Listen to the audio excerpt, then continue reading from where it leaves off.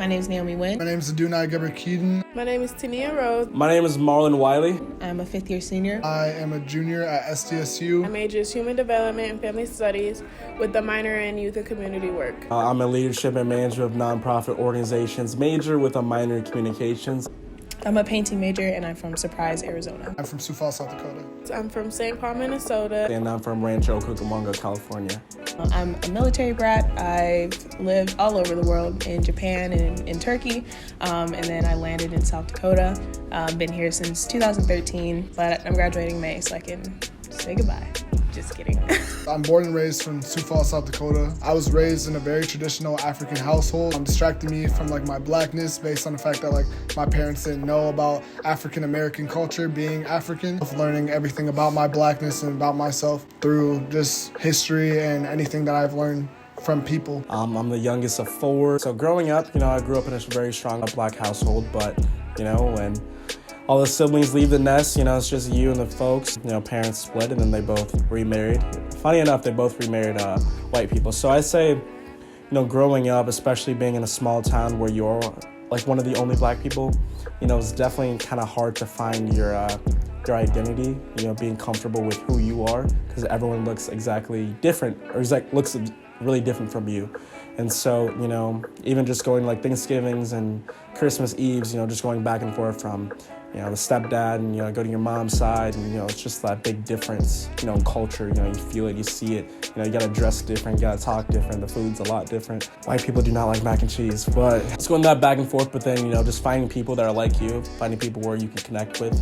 I'd say that's probably been the biggest challenge, just finding out where you're comfortable. I'd say really just finding your own identity within your own culture, not necessarily going with the status quo, blazing your own trail and really just being comfortable in your own skin, I'd say.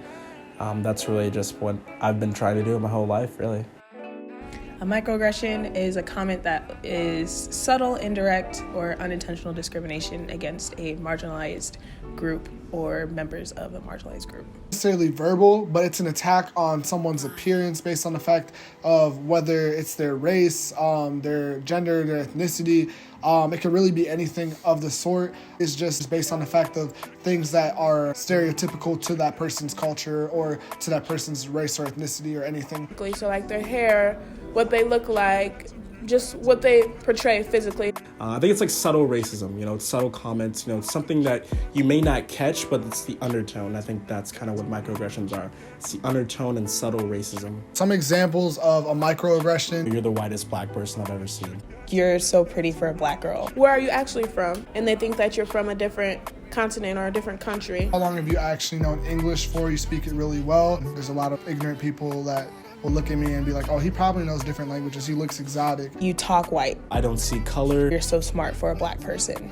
You look exotic. Where'd you get your accent from? You're so educated for a black person. The one microaggression that stuck with me was I was in high school and a really close friend group of mine decided to call me a coconut, which meant that I was brown on the outside but white on the inside. They intentionally meant that I'm the whitest black person that they met. I used to go to a Catholic school and just assumed that I was Muslim just based on the fact I had a different name than them, even though I was Ethiopian Orthodox, and they were like, well, that's not really Christian. Are you an angry black woman? I come off very strong and aggressive, but if you get to know me, that's not really who I am. As I'm getting older and dealing with people as I get older and getting into my career, is that how people portray me? Especially being in a small community where, there's only, maybe 4 black people in the whole district. Why are you acting white? It's kind of like you're in AP classes, you get really good grades. You speak so well, your vocabulary is so vast. They're kind of implying that black people aren't supposed to do that. They aren't supposed to be like that. That stuff's kind of hurtful.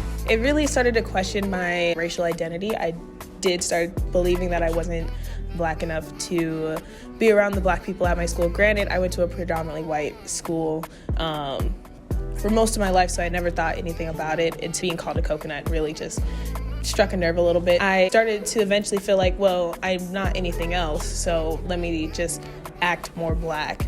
How would black people act? And then I started consuming more black media and black entertainment, things that at the time I normally just wasn't into. Definitely had me spiral into a downhill spiral of why do they think that I'm not black enough. But luckily, since being at this university, granted it is a predominantly white institution, I have been able to get more in touch with my black self and learn to love myself. The reason why these topics are so important to educate yourself on is because education is elevation, and if you're not educating yourself on why things are hurting people and why things are making people uncomfortable, You could offend someone unintendedly. We live in a very hyper-aware culture. Words do matter. I think we're at that point where we do realize that words can cause more physical pain than actual physical action. So it communicates a lot of hostile, derogatory, and negative attitude towards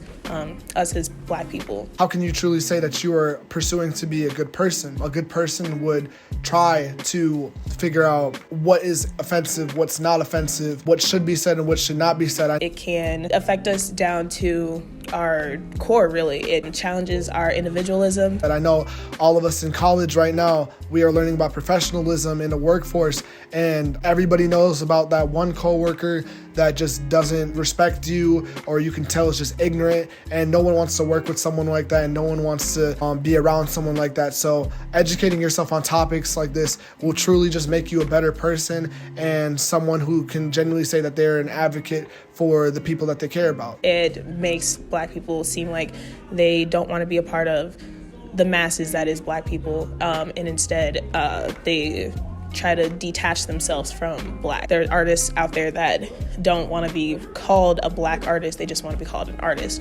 And it's hard because on surface level, you know that they are black. And so the fact that they want to take away their race, their culture, from their profession or passion, it's just very hurtful. just being aware of how your words are impacting others, and just being aware of the situation where people go through, and just making sure that we're being nice, kind to everyone, and we're making a world where everyone can live in.